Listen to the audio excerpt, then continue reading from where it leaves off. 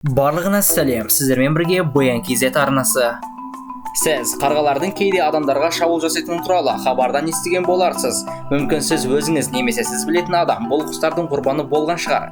Қарғаның 7 жастағы адамның деңгейінде екенін білгенде, мұндай жағдайлар одан сайын қорқынышты болады. Сонымен қатар, ғалымдардың соңғы жылдардағы зерттеулері бұл құстар тіпті бұрын ойлағаннан да ақылды екенін дәлелдеді. Қарғалармен жүргізілген ең керемет тәжірибелердің бірі олардың өте қиын тапсырманы шеше алатынын көрсетті. Мысалы, бұл тәжірибе кезінде биік ыдыстарға су құйылды, оның ішінде тамақтың бір бөлігі тасталды. Бірақ қарға оған тұмсығымен жете алмады. Содан кейін ол қасында жатқан салмақты қолдануды ойлап, оны суға лақтырып жіберді. Судың деңгейі көтерілді және нәтижесінде құстар бір бөлік тағамды алды. Адамның мұндай әрекеттерді 6-7 жастан бастап жасай алатынын білгенде, одан сайын таң қаласыз деп ойлаймын. Тамақ алу немесе басқа да әрекеттерді орындау үшін бұл құстар ең ақылдылардың бірі болып саналады. Дәл осы құстар планетадағы ең ақылды жануарлардың бірі болып саналады. Және қарғаның миы адамдардың миына қарағанда кішкентай болып көрінгенімен, бұл жағдайда ми өлшемінің үлкен рол ойнамайтыны анығырақ. Бұл құс біздің сүйікті үй жануарымыз, мысығымыз, итімізден ақылдырақ. Тәжірибе барысында ғалымдар қарғалардың адамдардың бет-әлпетін тани алатынын, сонымен қатар ғалымдардың әлі күнге түсінбейтін тілдері бар екенін анықтады.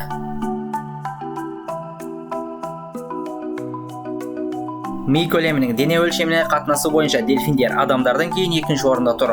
Олар бір-бірімен әртүрлі дыбыстармен эхолокацияны қолдана отырып байланысады. ақш армиясы оларды жарылғыш заттарды іздеу және жау кемелеріне бекіту үшін пайдаланды. Сондықтан зерттеулер дельфиндердің ерекше қабілеті бар екенін көрсетті. Зерттеулер көрсеткенде дельфиндер бір-бірін 20 жыл немесе өмір бойы тану қабілетіне ие. Тотқұстар адам сөзін қайталай алатынын бәріміз білеміз. Сондықтан да бір нәрсені көп қайталайтын адамдарды тотқұс деп те атайды. Бірақ бұл құстардың кейбіреулері жаттаған сөздерін қайталап қана қоймай, олардың мағынасын да түсіне алады. Бұл қабілеттің мысалы африкалық сұр тотқұс Алекс. Ол форманың түстерін білетін және 100-ден астам ағылшын сөздерін үйренген. Оны Гарвард университетінің профессоры оқытқан. Нәтижесінде Алекс онымен 300-де сөйлесе бастады және сөздердің шектеуі бар еді. Алайда бұл тотқұстар үшін керемет деңгей еді. Пілдер өте ақылды жануарлардың бірі болып саналады. Мысалы, олар тұмсығының көмегімен ағашты жоғары көтеріп, содан кейін онымен арқасын тырнап, оны қару ретінде пайдалана алады және ағашты өзімен алып кетіп сақтайды және қандай да бір жағдай болған кезде ағашты қарсыласқа қарсы қолдана алады. Олар бір-бірімен жақсы араласады және керемет есте сақтау қабілетімен танымал. Олар достары мен жануардың отбасын жылдар бойы есте сақтайды. Ғылыми тәжірибелер кезінде су мен тамақ көздері қай жерде орналасқанын табуда пілдер озық нәтиже көрсетті. Олар әртүрлі тілдерді ажырата алады. Тіпті адамдардың еркек-әйел дауысын ажырата алады. Кеміргіштер негізінде шешім қабылдауға қабілетті. Олар бастың ішінде болып жатқан процестерден де хабардар.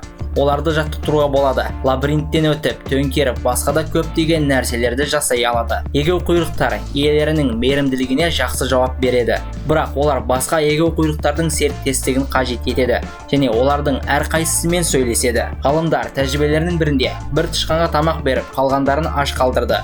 Ал тамақтандырылған кеміргіш тамақты өзіне лайықтысын жеп, қалғанын тордағы тышқандарға қалдырды. Сіз білесіз бе? Маймыл мен адамның жаратылысы 99% бір-біріне ұқсас. Сонымен қатар, аяқ-қол саусақтарының саны бірдей. Жүйке жүйесі, бұлшықеттер мен сүйектер бірдей. Біздің миымыз шимпанзенің миынан үлкенірек және адам миы құрылымы мен қызметі жағынан ұқсас болғанымен, шимпанзе абстрактылы және дәлелді әрекеттермен жақсы айналыса алады. Шимпанзелер қауіптенген кезде тас лақтырады және ауыз су алу үшін жапырақтарды жинайды. Сонымен қатар, жаңғақтардың қатты қабығын ашу үшін тастарды пайдаланады. Және де жанашырлық, мұң, мазасыздық эмоциясына ие. Олар сым тұзақтарынан өту және фермадағы егінді баспау, қауіпсіз кезде жолды кесіп өту сияқты проблемаларды шешудің озық дағдыларына ие. Ақырында біз адамның басты досы итке жеттік. Ол планетадағы ең ақылды жануар болмаса да, ең ақылды ондыққа кіреді. Иттер эмоцияларды түсінеді және символдық тілді түсінеді.